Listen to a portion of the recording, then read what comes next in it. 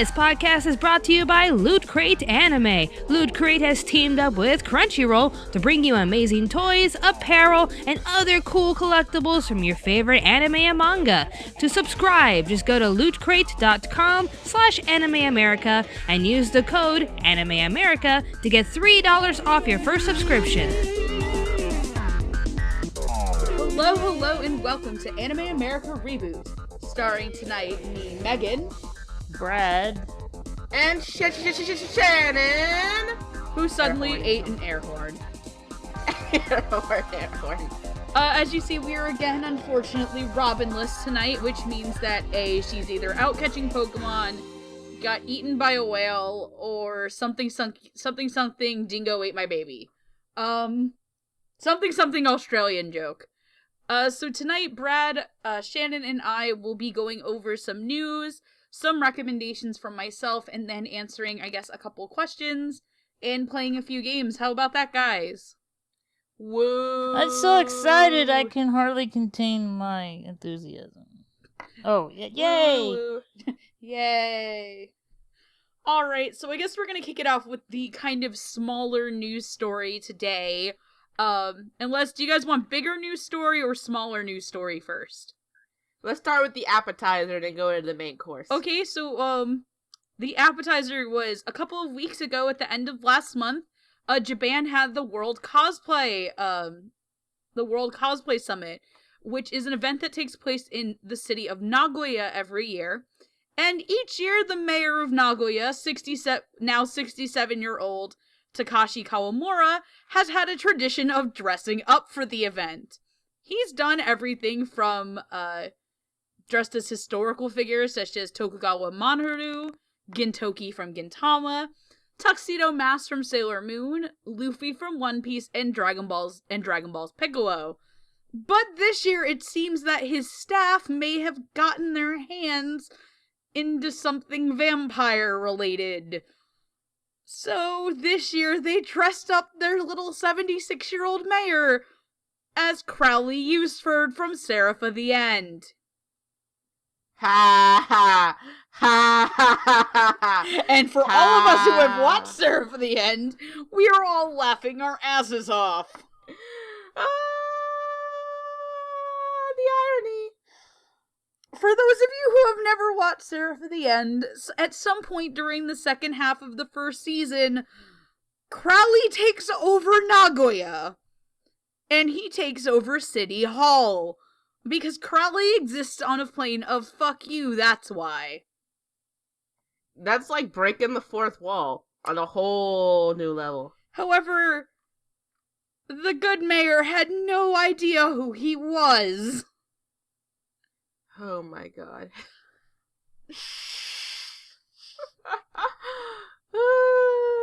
I picked that news story for no other reason than I really like Seraph of the End and I thought this was adorable. And he's actually really cute. He's just this little old man dressed up as this vampire. Age didn't do well for Crowley, I guess. He's like 1,000 years old and from the age of the Crusades and no longer gives a shit. Brad, your thoughts? I don't know what y'all are talking about, so. It's okay, it's only the filler. Now on to the big news. As of today's recording, August the 15th, 2016, Otakon has just wrapped up. Which means that every anime company was in a fight to prove that they are better than one another and to let out their big news. And for some reason, Funimation always has this habit of basically dropping their biggest announcements at Otakon. This year, Funimation announced that at its English dub, at its panel, the English dub cast for the series Overlord, Shimonetta, A Boring World Where the Concept of Dirty Jokes Don't Exist, the 6th season of Hitalia, and the first ever live-action Rurouni Kenshin film. So we're gonna start off with the Overlord cast, which is a show that got a lot of praise from us last year. I know particularly Robin really likes, Overlord. To kind of go through some of the big cast, we have, I'm just gonna, I haven't actually watched all of Overlord, so We have Megan Shipman as Maribel Fiore, Jill Harris as Orabelle, Anastasia Munoz as Narabel Gama, Felicia Angeal as Shaltir Bloodfallen, Elizabeth Maxwell as Albedeo, and Chris Guerrero as Mona Maga, aka Eins Olnes Gown, the giant skeleton thing.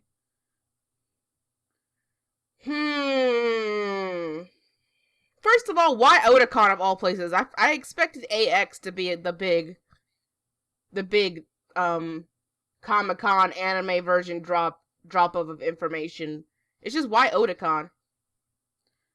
I think Otakon just because I think everyone else kind of drops their load at AX and Funimation's like, we need to save our thunder.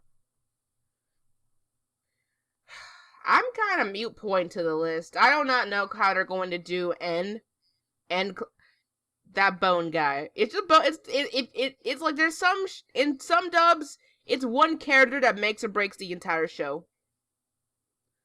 So far I think the directing team is really well. We've got Kyle Phillips on director. He was an engineer for projects like Attack on Titan, Blood Sea the Last Dark. He ADR directed Takashi Kashi. He ADR directed N-Ride. Unfortunately, someone had to do that. That poor man. Someone had to do N-Ride.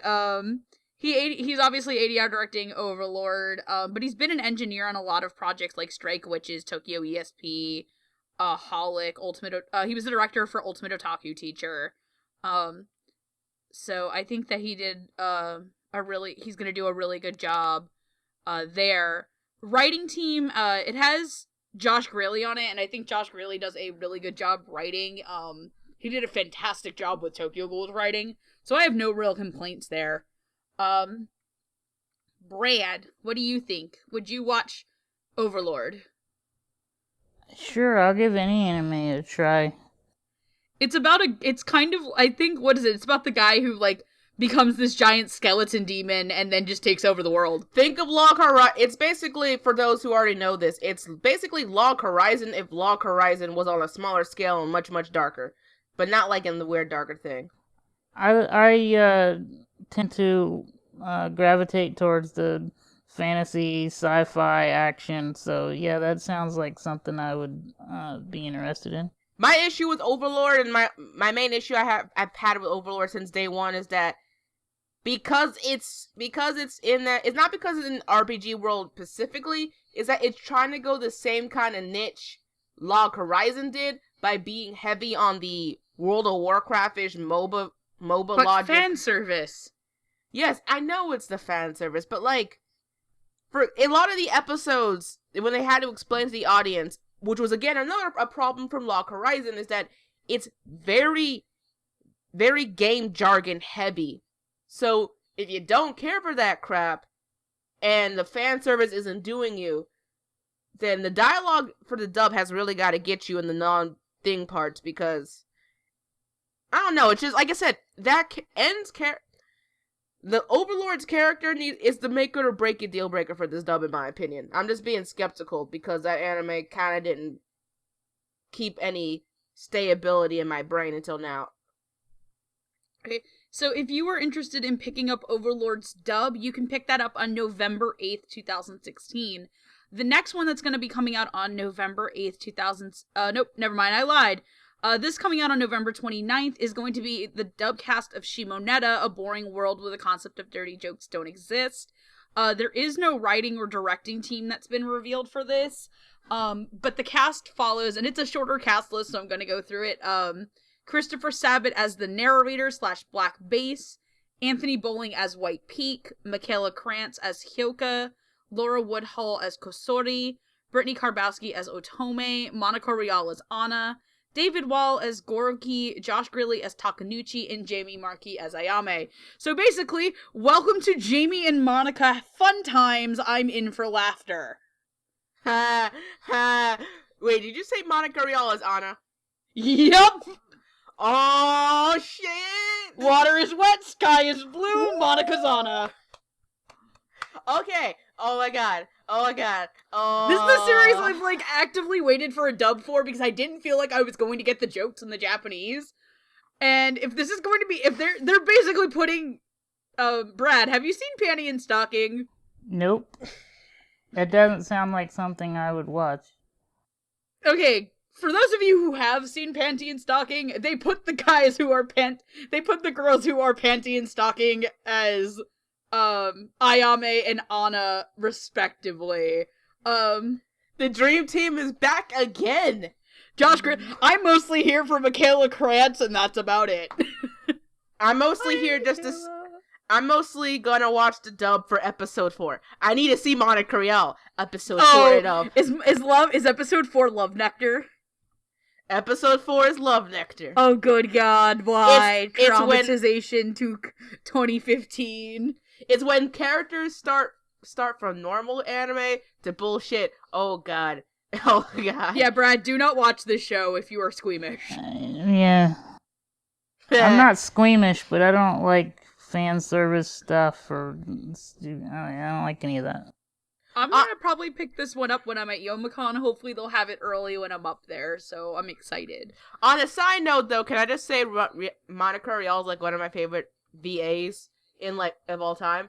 I mean, like she's got that tone. No matter what she does, she's got the tone for just being one of the baddest bitches in anime when it comes to voice acting them. She was freaking Michiko, and that was great.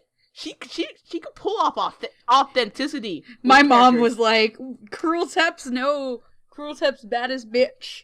She was so mad about that. I love her for how authentic she can just make the character feel. It's so good. So if you are interested in picking up Shimonetta, you can pick that up on November 29th. Next up is, for some odd reason, we're still making episodes of Hitalia. Funimation has unveiled some new characters for Hitalia, including the recast of who plays England. Which is, if you haven't heard the story, the original actor who played England actually got arrested for child pornography. Wait, say what? Yep, that was a thing. Wait. Say that again. The guy who played England in Hitalia got arrested for child porn. Okay. I'm not surprised. So he has been recast. To go over everybody else, we have Dallas Reed as Davy, M. Kyle Mitterland as Cameroon, Colleen Quinkenbeard as Monaco. Dallas Reed is also the Republic of Nico Nico. Justin Briner as Ladonia. Woo woo! Clifford Chapin as Kugel Moogle. I don't know what a Kugel Moogle is, but whoop whoop Clifford. Dave Matranga as Hut River. Chris George as Molossia. And Taliesin Jaffe will be going to, will be taking over as Britain, who plays, Blanca in Street Fighter X Tekken, and Adon in Street Fighter 4, but you've heard him in English dubs as Kagura from Aquarion Evo. He is in... I'm trying to find bigger roles that he's in. He's Arthur Conan Doyle in the Black Butler Book of Murder OVAs, Takaya and Dear S, and he's in a bunch of other stuff as like really, and Bartlow in Tales of Hysteria X. He's kind of more under the radar type of things, but he's gonna take over for England.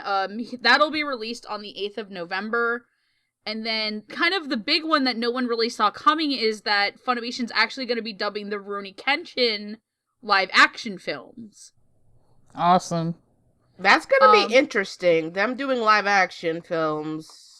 They're going to be releasing the first film, Rurouni Kenshin Part 1 Origins, on Blu-ray November 1st, Blu-ray and DVD November 1st, and it's actually going to be screening in the United States from the 8th to the 10th of August. Well, that passed. Well, it filmed from the 8th to the 10th, so you can be picking it up on November 1st. This one's going to be headed up by Zach Bolton, who did the direction for series like Death Parade. He was the director for, I believe he was Death Parade's director, if I'm correct. Everybody, Yes. put your hands up. He did the direction for Death Parade, Absolute Duo. I believe he did the Dimension W ADR directing. That's Eureka my new 7 favorite show. What? Dimension W is my new favorite show. He did the directing for the dub of Dimension W. He did the directing for Eureka 7 AO, Hanagai Next. I'm trying to find bigger projects that he's done. Some of One Piece. He was the assistant director on Ping Pong. He did the ADR directing for Peach Girl, unfortunately. Samurai 7. He was the assistant producer on Seraph of the End. Did some of the directing for Space Dandy, Soul Eater and Soul Eater Not. So he's done a lot of stuff, and I believe it just said Joel McDonald, who did the dubs of Assassination Classroom and a couple others, will be heading up the directing with Chris George and Peter Hawkins on the ADR team. But we have J. Michael Tatum as Konryu Tadaka, Kent Williams as Arimoto Yamagata, Marcus Dimmick, Whoop Whoop, as Banji Inui, Josh Greeley as Gillen, John Swayze as Jine Udo, Robin McCollum as Hajime Saito, Alison Victorin as Yakiho Mojin, Trina Nishimura as Megumi Tanaki, Eric Vale as Sanayosuke Sagara, Alexis Tipton as Karu Kamiya, and Micah Solasad as Kenshin Himura. Fun fact, Micah Solasad is a big fucking Rurouni Kenshin fan. So he's kind of crying right now. And a certain someone is also happy that I'm buying this on DVD only because him and Marcus are in it. Oh, I'm not even fucking kidding. Whoop. He's married. I know, I'm talking about voice quality. What do you think I went with that? Somewhere else. I have no idea. And I don't want to know. He's a really good actor, that's why. I like him a lot, and he's very nice. But I'm excited because, I don't believe Funimation actually went through and dubbed the Attack on Titan live actions. But they're doing this, which is nice because it does bring it up to another audience who would never watch it otherwise. And their dubs for movies have been really good lately, so I'm not really disappointed in this. I'm kind of 50-50. I'm kind of mute on it, actually. I don't know. Live action dubs I'm kind of okay with them. It's just, it doesn't give you much room to wiggle in the dubbing department, in my opinion. Only because, since it is live action, you have to go by the main person's voices, and sometimes you get that anime thing that most mainstream people are used to with the out of sync voices. I think it'll work. Brad, how do you feel about it? You talking about the old kung fu movies where their lips would still be moving but no voice? Yeah, I think that's what she means. Yeah, that's exactly what I mean. Yeah. Can't really get away from it when you dub it. But sometimes I just want to relax and watch it, and if it's very visual, I don't want to have to look down and try and read what they're saying and miss the action and what's going on. So, I don't know, there's the more that's going on, the more I want to hear it as opposed to read it. And I agree with Brad. It's also a lot easier as a reviewer to watch a lot of dubs. You still get the story, and you also get to catch a lot of things you would miss watching the subtitled version. You miss a lot of the animation because you're half down at the screen, and sometimes you miss some stuff. So I'm actually really excited to do this, and just because we've been on this for a while, while they were at the panel, they did update their block of what they're releasing this year up until November, which just to do what they've released up to now in August was World Break, Aria of the Curse for a Holy Swordsman. Why? Absolute Duo, again, why? Barakamon, fantastic series that everyone should actually check out, and it's got a really great dub. Brad, you would really like Barakamon. Yeah, it would Barack your world. Why is that? I hate you, Shannon. It is about a calligrapher who punches out a judge and gets sent to an island to chill the fuck out. So interesting things happen on the island? Yeah, it's kind of he kind of learns how to become a better person. So is it, what genre is it? Is it drama Slice or of life. action? Slice of life? Like, kind of slice of life comedy. So he has to survive? No, not survive Naru, a small child who keeps breaking into his house. Oh, okay. Assassination Classroom Season 1 Part 2, which I'll be grabbing to complete my set. Blood Blockade Battlefront High School comes out today, as of today's date, August 15th. Blood Blockade Battlefront, which I'll be picking up later this year when I go to Youmacon, because I need to save money. We have High School DxD Born coming out September 6th. Code Geass and Code Geass R2 October 4th. You mean Code Geass? Code Geass. Funimation did us all a favor and rescued Code Geass and brought it back out. I believe they're also redistributing Haruhi Suzumiya and Lucky Star. Yes, they are. At this point. Yes, they are. So if you have not grabbed a copy of either series, pick it up now, because Funimation's got it out at great prices. And I believe Funimation's also making a huge-ass Haruhi Suzumiya Collector's Edition. Uh-oh, like, Robin's freaking out right now. Yeah. I'm actually gonna pick up Haruhi, just not Endless 8, but I'll probably pick up Haruhi eventually. The first live-action Attack on Titan film, The Vision of Escaflowne and Escaflowne the Movie. Oh, which, freaking if you were love Escaflowne. Funimation, Brad, is in fact re-releasing it with the old dub and a brand new dub. Wow. So they're basically started it. So they're basically the America of animation companies. They saved the animes that were long lost, forgotten. And yeah, I'm a big fan. I love Escaflowne the movie more than the series. October 18th, it'll be out on sale on Blu-ray and DVD. That movie's kick-ass. Rurouni Kenshin Part 1 will be November 1st. Ergo Proxy Blu-ray only will be November 1st. Ergo Proxy, woo-hoo! Snow White with the Red Hair Season 1, November 1st, whoop whoop. Heroic Legend of Arslan Season 1 Part 2, whoop whoop, November 8th. Psychic School Wars, Hitalia World Twinkle. I'm just glad they gave a title to the anime that's what all these animes are. They're high school, whatever. So just say High School Psychic Wars. Okay, got it. Okay. Onamari Hiyamari, Sky Wizards Academy, Sword of the Stranger, Overlord, Castletown Dandelion, Chaos Dragon, Ultimate Otaku Teacher, Aquarian Logos, Good Luck Neomona-kun, One Piece Part 8, One Piece Season 8 Voyage 4, Prison School, Summer Wars Collector's Edition, Death Parade. Summer Wars. Yep. Summer Wars, Death Parade, Heavy Object Part 1, Shimonetta, and Code Geass, Akito the Exiled are all going to be coming soon from Funimation, which is fantastic, mostly because I really have wanted to get Death Parade for a year, and they're finally releasing it. Thank God. This reminds me of the time when Sailor Moon was getting the big drop, and everybody was wondering which company was gonna get it. And, everybody was fighting for it. Now we have Funimation just punching out their dukes of all the animes they got licensed. It's like, yeah, you guys may have gotten Sailor Moon, but we got this and this and this and this. We rescued Escaflowne, motherfucker. We rescued half of Bandai. Come at us, bro. And yet we still don't have a re-release of Wolf's Raid. Oh, that's a punch in the gut. Please re-release Wolf's Raid. Is amazing. Please re-release Wolf's Raid and Monster. Please re-release Master Keaton. I really, really want to buy Master Keaton. Have all of Bandai been saved? No, Bandai, not all of their stuff has actually been saved. Again,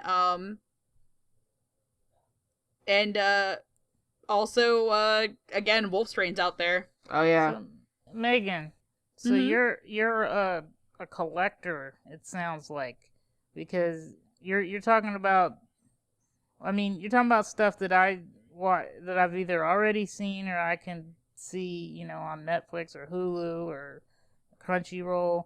So you rather wait and get it on DVD and own it than just watch it? It depends. I stream a lot of stuff before I watch it, honestly. But I really, really like having stuff around because if I'm in a place where I don't have internet, I'd rather have something I can, like, sit and physically watch with people. Also, DVDs have certain features that streaming doesn't. One of them being, Blu-rays, marathon play, which is the greatest thing ever invented. Awesome. I actually just tested out marathon play, actually, for Seraph of the End, and it was a godsend. It played the opening once, and just cut to the next episode every time it was over. I didn't have to sit through the ending, even though I really liked the first season ending, but it cut down at a lot of time.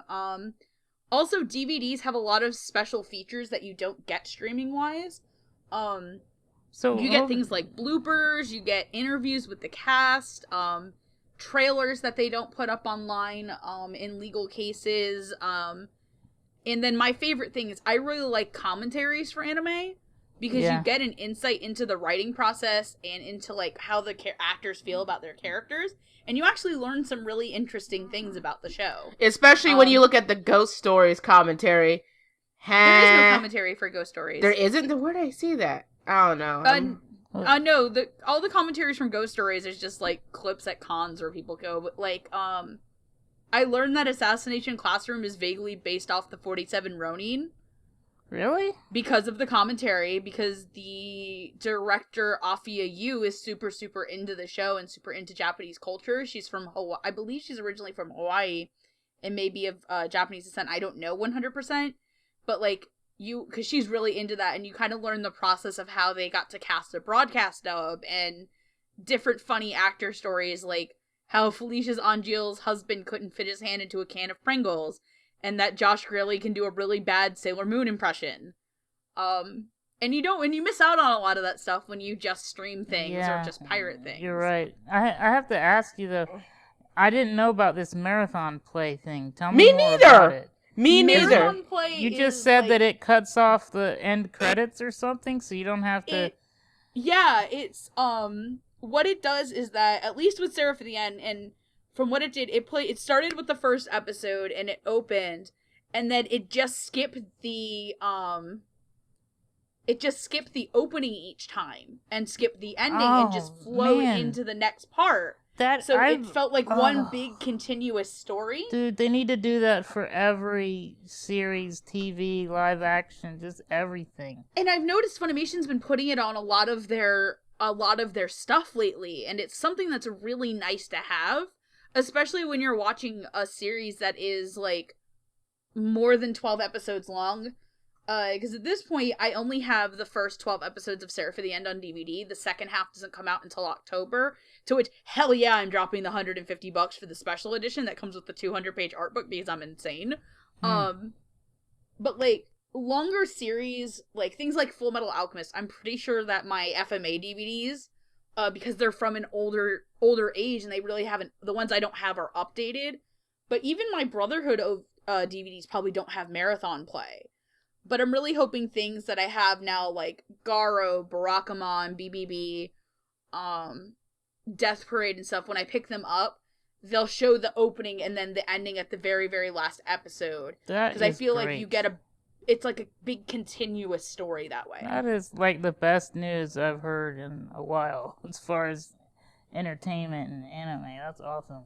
This does bring into the question, like, because lately there's been a lot of talk about DVD versus just streaming it, and everyone's like, streaming it is a lot easier. And as someone who does have Crunchyroll and Funimation, I do see the relevancy to streaming it, you get to talk about the newest anime that's just coming out.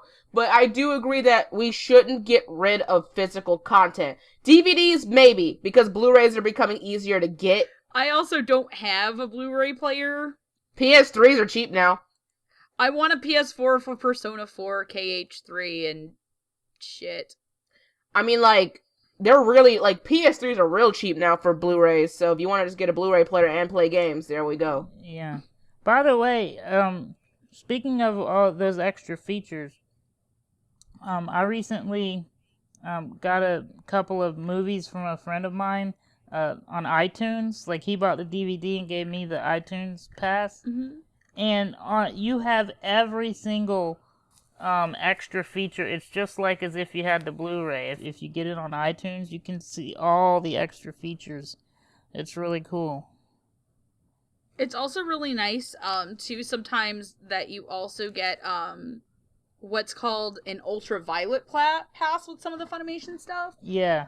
I know with their movies they do it a lot, where you can you put it on and you can stream it from any device. So that's really cool, too. But we've been at this for a little while, so I think we might cut the game portion, because I didn't expect this to run this long. So I was just gonna say, Yeah, so I guess I'm gonna do my recommendations really quick. For a recommendation of an anime that came out this year, or at least it came out in theaters this year, I have to recommend Mamoru Hosoda's The Boy and the Beast. It is an amazing movie that got a lot of flack from anime critics for not being what they say is his strongest work compared to things like Summer Wars and The Wolf Children. But god damn if it's not amazing and beautiful, and those critics can suck a dick. Okay. I cried like a baby to it. Like, my friends actively had to stop part of the movie for me because I was crying so much. Wow. That's a strong recommendation. I literally just got up and left the room. I couldn't take it. Good anime choice. Yeah. Good anime choice. That's really great. I mean, I also saw those reviews, and I thought a lot of them were just too up in their egos about how it's not up to snuff with the other two, and I was like... Other three. Three, and I was like, why? Not everything can be don't pull a One Punch Man. If everything can't be One Punch Man, everything can't be Summer Wars or... I also find One Punch Man to be overrated, so... It's alright. I like One Punch Man, but... I think it's good, I just don't like... I didn't really get into it as quick as everybody else said they did, so... And then I guess my older anime recommendation, or at least an anime that maybe, a lot of people kind of threw to the wayside, or, haven't picked up yet. Cause last time I did Garo the Animation, and I'm hoping that kind of got the Garo bump. Cause fuck yeah, Garo the Animation. It also... Garo the Animation, I believe you can actually watch all of it on Funimation.com right now. Well, you said... See, I don't know. Compared to you guys, I know nothing about anime. You guys mention all this stuff, and you say Gaara, and I think of Naruto. Gaara. Gaara. Yeah, from Naruto. No, I'll send you the trailer for it after this, okay? Oh, okay. I think for me, the anime I really want to recommend this time is a sci-fi project that got vastly screwed out of its money. But I love the shit out of it, is Birdie the Mighty Decode. Uh-oh! That is actually a good show. I effing love myself some Birdie the Mighty Decode. There's fan service in it, but it's still good. I don't even think it's fan service. I just think she's just drawn really, she's sexy, but... I'm not dirty. I'm just drawn that way. But, I mean, I really like the show. I thought it had a really good emotional center. It has a really great dub. It just sucks that the animation budget ran out on it. If you can pick it up, honestly, take a look at it. It's a great show. Lucy Christian's Birdie. There's a lot of really strong acting, from J. Michael Tatum. Wendy Powell, Brina Palencia, Eric Vale, Caitlin Glass. There's I believe, Jeremy Lay's in it. What? I said we interviewed Caitlin Glass like a year or two ago. I love Caitlin Glass. I'm so excited when I can see her again. On the Ultimate Love Live Trash. Anime America YouTube channel.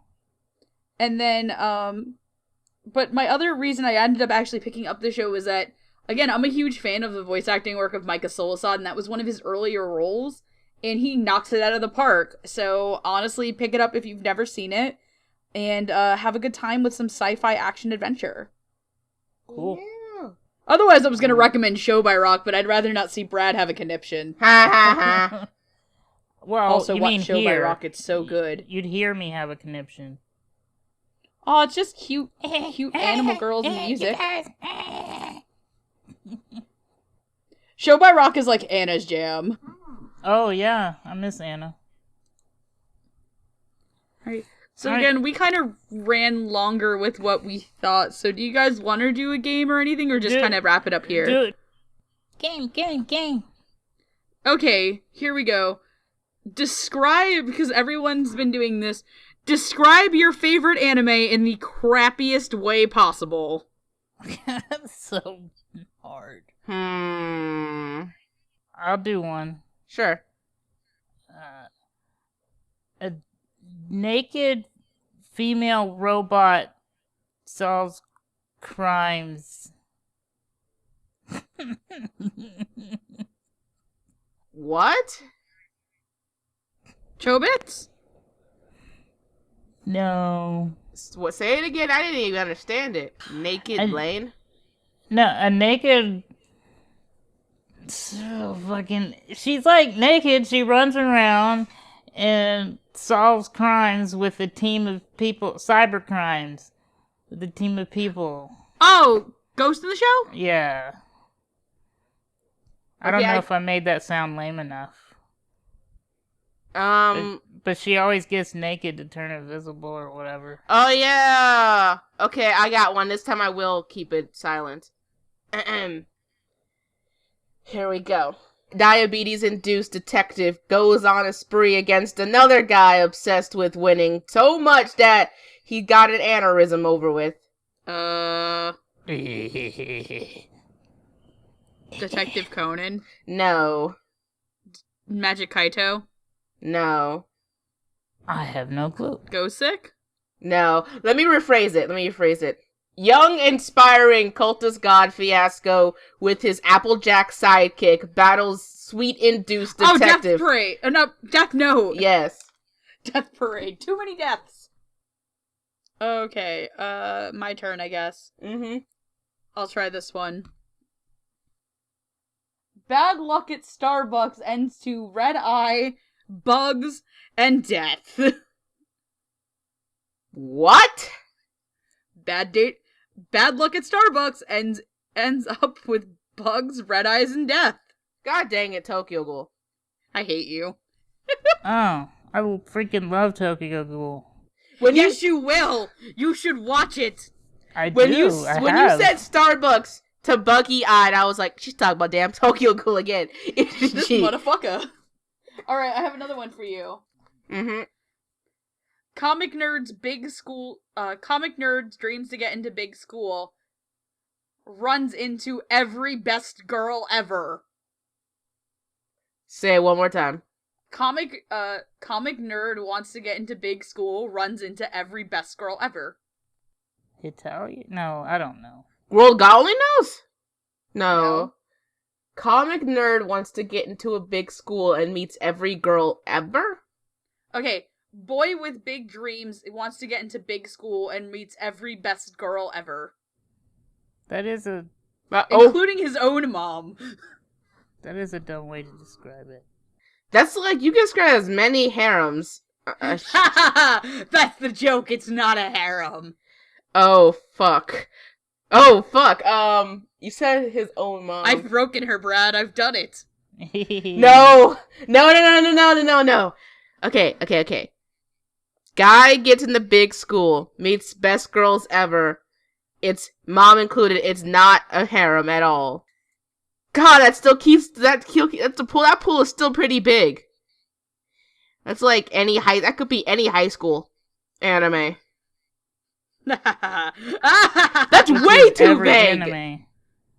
God dang. That's I what have I'm no saying. idea. Every anime is in high school, so what the hell? Oh. That was a low blow. You will never guess and you will hate me. It's anyway. My Hero Academia, but holy crap, I need to tweet something. Alright, well, let's wrap the show up and then tweet away. Tweet your ass off. Alright, so everyone, that was Anime America Reboot Episode 4. Don't forget Loot Crate. Woohoo! We hope you enjoyed everything. If you want to keep supporting the production, you can obviously go to our Patreon page. And then if you also want to support us, head over to Loot Crate and join up with Loot Anime. If I'm correct, August theme is back to school, and you can use the code Anime America. Use the code in the description below to get a discount on there. I'm Megan. Guys, say bye-bye. This is Shannon. Bye-bye. Peace out, word. Where's all your snails?